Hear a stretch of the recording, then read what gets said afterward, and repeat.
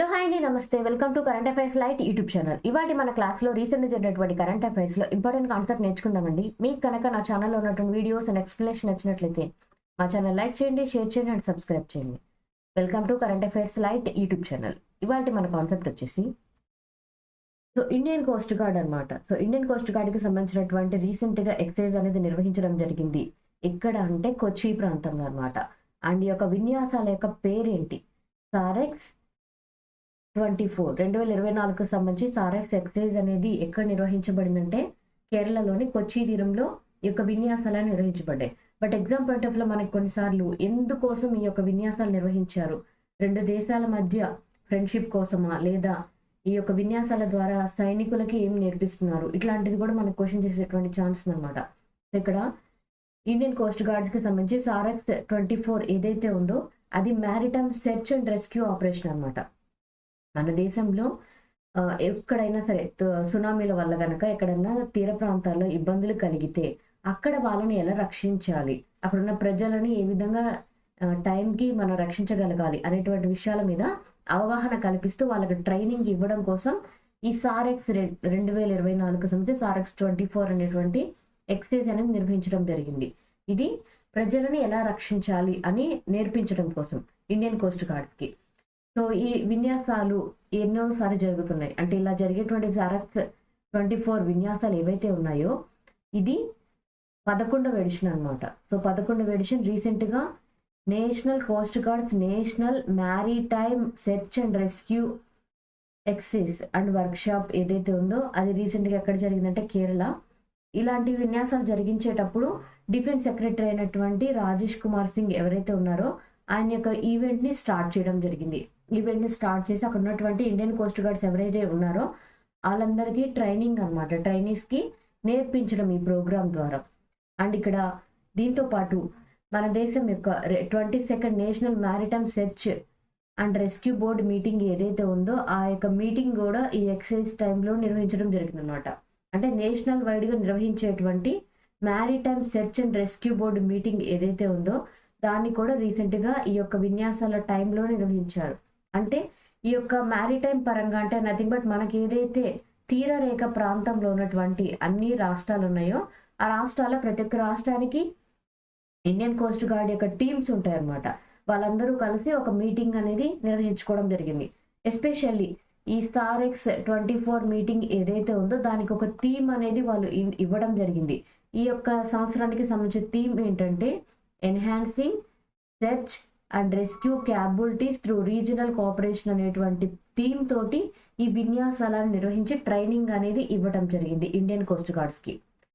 ఎక్కడ నిర్వహించబడిందంటే కొచ్చి తీరంలో ఈ యొక్క విన్యాసాలకు సంబంధించినటువంటి ట్రైనింగ్ ప్రోగ్రామ్స్ అనేవి నిర్వహించబడ్డాయి. Indian milk production. మన దేశంలో పాల దిగుబడి, పాల ఉత్పత్తి ఏదైతే ఉందో అది ఇంకా ఇంక్రీజ్ అయింది.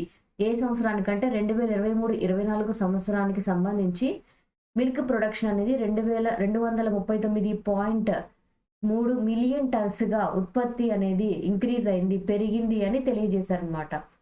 మనకి జనరల్గా అయితే ప్రతి ఒక్కరూ పాలు వినియోగిస్తారు, కానీ పాల వినియోగానికి తగ్గట్టుగా పాల ఉత్పత్తి జరగకపోవడం వల్ల చాలా చోట్ల అడల్టరేషన్ అనేది జరుగుతుంది. అడల్టరేషన్ అంటే పాలని కూడా కల్తీ చేసి అమ్మటం అనేది మనం చాలా చోట్ల వింటూనే ఉన్నాం. మనం ఎప్పుడైనా సరే పాలని మన వినియోగానికి తగ్గట్టుగా పెంచుకోగలగాలి. వినియోగం ఎంత ఉందో దాన్ని దృష్టిలో ఉంచుకొని మనం పాలని కూడా ఉత్పత్తిని కూడా పెంచగలగాలి. పాల ఉత్పత్తి ఎలా పెంచుతాం? పాలు డైరెక్ట్గా మనం ప్రిపేర్ చేసే కాదు కదా. పశువుల సంఖ్య అనేది పెంచగలిగినప్పుడు మనకి పాల ఉత్పత్తి అనేది పెరుగుతుంది అనమాట. రీసెంట్గా గోవుల్ని సంరక్షించడం అనేది ఎక్కువగా మనం చూస్తున్నాం. దానివల్లే పాల ఉత్పత్తి అనేది పశువుల సంఖ్య పెరిగింది కాబట్టి పాల ఉత్పత్తి కూడా చాలా వరకు పెరిగిందనమాట. మిల్క్ ప్రొడక్షన్ ఎంతవరకు పెరిగిందంటే 4% పెరిగిందనమాట. లాస్ట్ ఇయర్తో పోలిస్తే 4% పెరిగి 239.3 మిలియన్ టన్స్గా ఉత్పత్తి అనేది పెరిగింది. పర్ క్యాపిటల్ అవైలబిలిటీ కూడా ఇంక్రీజ్ అయిందనమాట. అంటే ఒక మనిషికి ఒక రోజుకి అవసరమైనటువంటి పోషణ అంటే పాల ద్వారా ఏదైతే ప్రతిరోజు ఒక మనిషి పాలు ఎంతైతే అవసరమో ప్రతి మనిషికి 471 గ్రాములు ఒక రోజుకి పాల వినియోగం కోసం ఉపయోగించుకునే విధంగా అవైలబిలిటీ అనేది ఉత్పాదకత అనేది పెరిగిందనమాట. అండ్ రీసెంట్గా నేషనల్ మిల్క్ డే 2024ను పురస్కరించుకొని ఇలా గ్రోత్ నథింగ్ బట్ పాల ఉత్పత్తి అనేది పెరగడం అనేది చాలా మంచి విషయంగా తెలియజేశారనమాట. ఏ విధంగా అంటే మన దేశీయ ఆవులు ఉన్నాయి, విదేశీ ఆవులు కూడా మన దేశంలో ఉన్నాయి అనమాట. అంటే ఆవుల నుంచైనా లేదా గోవులైనా గేదెలు ఇట్లా ఏవైతే పాలు ఇచ్చేవి మనం పాల వినియోగం కోసం తీసుకుంటున్నామో అవన్నీ రకాలన్నమాట, దేశీయంగా విదేశీయంగా. సో ఇండిజినస్ గా మన దేశంలో ఉన్నటువంటి దేశీ ఆవుల నుంచి దేశీవాళీ ఏవైతే జీవులు ఉన్నాయో వాటి నుంచి 44.76% వరకు కూడా పాల ఉత్పత్తి జరుగుతుంది, దిగుబడి జరుగుతుంది. అండ్ విదేశీ నుంచి వచ్చినటువంటి ఏవైతే ఉన్నాయో రకాలు వాటి నుంచి 8% పాల దిగుబడి అనేది వస్తున్నట్లుగా తెలియజేశారనమాట. అండ్ పాల సంబంధిత ప్రొడక్ట్లో ఎగ్ ప్రొడక్షన్ కూడా మనం చూసుకోవచ్చు. ఏ విధంగా అంటే మనకి animal husbandry nothing but animals నుంచి వచ్చేటువంటి ఏవైతే ఉత్పత్తులు ఉన్నాయో వాటిలో ఎగ్ కూడా ఒకటి అనమాట. So egg production nothing but గుడ్ల ఉత్పత్తి ఏదైతే ఉందో 3.17% పెరిగింది. పాల ఉత్పత్తి ఏమో 4% పెరిగింది, గుడ్ల ఉత్పత్తి ఏమో 3.17 పెరగడం జరిగింది. సో 142.77 బిలియన్ల సంఖ్యకి గుడ్ల ప్రొడక్షన్ అనేది జరిగిందనమాట. సో దాంతోపాటు మీట్ ప్రొడక్షన్ నథింగ్ బట్ మాంసం ఉత్పత్తి చేయడం మనం వినియోగించడం, మాంసం అన్నప్పుడు చికెన్ తర్వాత మటన్ ఫిష్ ఏవైనా కావచ్చు, ఇవన్నీ కూడా మీట్ ప్రొడక్షన్ కిందకే వస్తాయి. అవన్నీ కూడా 4.95% పెరిగి నియర్లీ 10.25 మెట్రిక్ టన్నుల వరకు కూడా వాటి యొక్క సంఖ్య వాటి యొక్క ఉత్పత్తి అనేది పెరిగినట్లుగా రీసెంట్గా తెలియజేశారన్నమాట. సో పాల ఉత్పత్తి పెరిగింది, గుడ్ల ఉత్పత్తి పెరిగింది, దాంతోపాటు మీట్ ప్రొడక్షన్ కూడా పెరిగింది. సో పాల ఉత్పత్తికి సంబంధించి మనం ఎప్పుడు ఏం చెప్తాం, వైట్ రివల్యూషన్.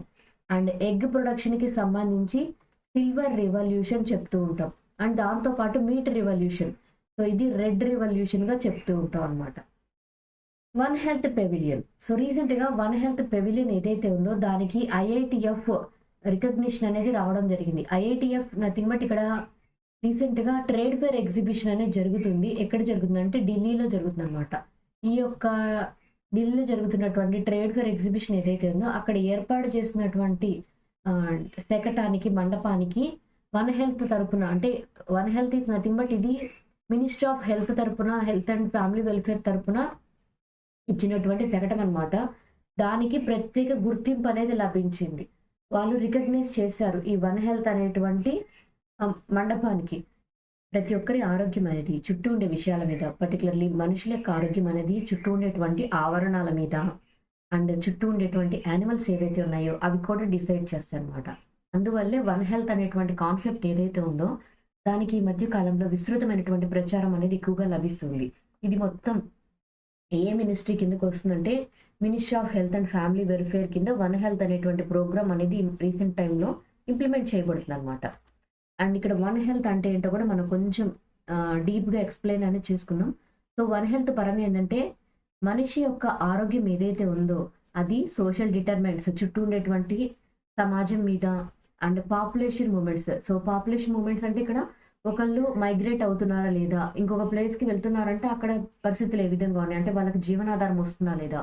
అండ్ దాంతోపాటు ఎన్విరాన్మెంట్ పరంగా ఏంటంటే క్లైమేట్ చేంజ్ అనేది ఇంపార్టెంట్. సో క్లైమేట్ చేంజ్ అనేది ఏంటి, మన చుట్టూ ఉన్నటువంటి ఎన్విరాన్మెంట్లో గ్రీన్ హౌస్ ఎఫెక్ట్ కావచ్చు, మనకి గ్లోబల్ వార్మింగ్ ఎఫెక్ట్ కావచ్చు, ఈ విధంగా అనమాట.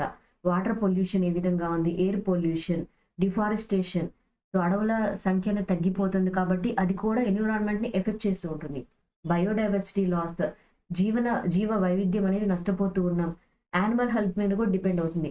ఫర్ ఎగ్జాంపుల్ డిసీజ్ వెక్టార్స్ అనమాట, కొన్ని రకాలైనటువంటి సూక్ష్మజీవులు ఏవైతే ఉన్నాయో కొత్తగా వస్తూ ఉంటున్నాయి, అవి కూడా మన మనుషుల యొక్క ఆరోగ్యం మీద ప్రభావాన్ని చూపిస్తున్నాయి అన్నమాట. అండ్ దాంతోపాటు లైవ్ స్టాక్ ఫార్మింగ్ అనేది కూడా రీసెంట్ టైంలో మనిషి యొక్క ఆరోగ్యం మీద డిపెండ్ అవుతుంది. ఫర్ ఎగ్జాంపుల్ పాల ఉత్పత్తి పెరిగిందంటే పశువుల సంఖ్య పెరిగింది. సో పాల ఉత్పత్తి పెరగడం అంటే మనం వాటిని ఎక్కువగా ఉత్పత్తి చేయడానికి పశువుల సంఖ్యను పెంచుతున్నాం, అది కూడా మంచిదే అనమాట. అండ్ యాంటీబయోటిక్స్ అండ్ మైక్రోబెల్స్, మనం యాంటీబయోటిక్స్ ఎక్కువగా వినియోగిస్తున్నాం అంటే అది మన హెల్త్ మీద నెగిటివ్ ఎఫెక్ట్ చూపిస్తుంది అనమాట. ఏ విధంగా అంటే మనం ఎక్కువగా యాంటీబయోటిక్స్ ఎక్కువగా వాడుతున్నప్పుడు ఏంటంటే కొంతకాలం తర్వాత మనం ఎటువంటి మెడిసిన్కి రియాక్ట్ అవ్వం. మనకి ఏదైనా జబ్బు వచ్చినా సరే మనం మెడిసిన్ తీసుకున్నా అది మన శరీరం యాక్సెప్ట్ చేయదు అనమాట. అది ఒక డ్రాబ్యాక్ అయిపోతుంది. ఫుడ్ సెక్యూరిటీ కూడా ఇంపార్టెంట్. మనం యానిమల్ హెల్త్ ద్వారా మన ఫుడ్ సేఫ్టీ అనేది మనం చూసుకుంటున్నాం. ఏ విధంగా అంటే మన జీవించేటువంటి కాలంలో మనం పండించేటువంటి పంట ఏదైతే ఉందో అది మనకి రావడానికి కూడా చుట్టూ ఉండేటువంటి ఎన్విరాన్మెంట్ మీద, యానిమల్ హెల్త్ మీద డిపెండ్ అయ్యే ఉంటుంది. అండ్ డైట్, హ్యూమన్ హెల్త్ పరంగా ఫుడ్ ఏదైతే మనం తీసుకుంటూ ఉన్నామో అదంతా కూడా ఎన్విరాన్మెంట్ నుంచి వస్తుంది, సగమేమో యానిమల్ నుంచి వస్తుంది. యానిమల్ నుంచి ఫుడ్ రావడం అంటే మన ఎగ్స్ అయినా, మిల్క్ అయినా, అండ్ మనం తీసుకునేటువంటి మీట్ అయినా ఇవన్నీ కూడా యానిమల్ నుంచి వస్తాయి. కొన్ని ఎన్విరాన్మెంట్ నుంచి అంటే మన మొక్కల నుంచి తీసుకునేటువంటి ఆహారం అనమాట. ఇలా డైట్ కూడా మనకి ఇవ్వబడుతుంది. సో వన్ హెల్త్ అనేటువంటి కాన్సెప్ట్ ఏదైతే ఉందో ministry of health and family welfare వాళ్ళు డిసైడ్ చేసినటువంటి, ఇంప్లిమెంట్ చేసినటువంటి ఒక కాన్సెప్ట్ అనమాట. ప్రతి ఒక్కటి ఆరోగ్యం అనేది మనిషి జీవన విధానంలో యానిమల్ హెల్త్ మీద డిపెండ్ అవుతుంది, చుట్టూ ఉన్నటువంటి ఎన్విరాన్మెంట్ మీద డిపెండ్ అవుతుంది అని ప్రజల అవగాహన అనేది ఈ మధ్య కాలంలో ఎక్కువగా కల్పిస్తూ ఉన్నారనమాట. సో ఈ వన్ హెల్త్ శకటం ఏదైతే ఉందో, మండపం ఏదైతే ఉందో దానికి రికగ్నిషన్ అనేది ఇచ్చారు.